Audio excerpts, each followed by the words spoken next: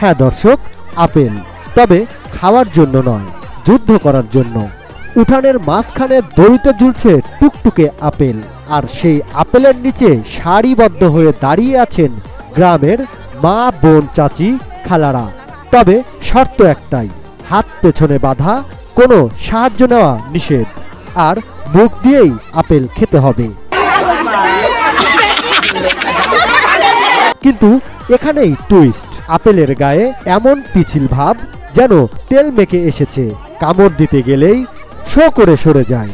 আর দড়িতে ঝুলতে থাকায় আপেল স্থির না, একবার ডানে একবার বামে, পুরো দুলনীয় অবস্থা। ফলে যার মুখ একটু বড় তার ভাগ্য একটু ভালো, আর যার মুখ ছোট তার অবস্থা আপেলের সাথে লুকোচুরি।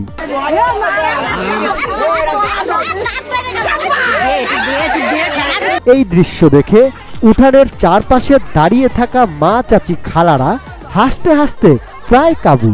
গ্রাম বাংলার এই সরল আনন্দই বলে দেয় হাসি এখনো বেঁচে আছে, আর এই হাসিই আমাদের সবচেয়ে বড় সম্পদ।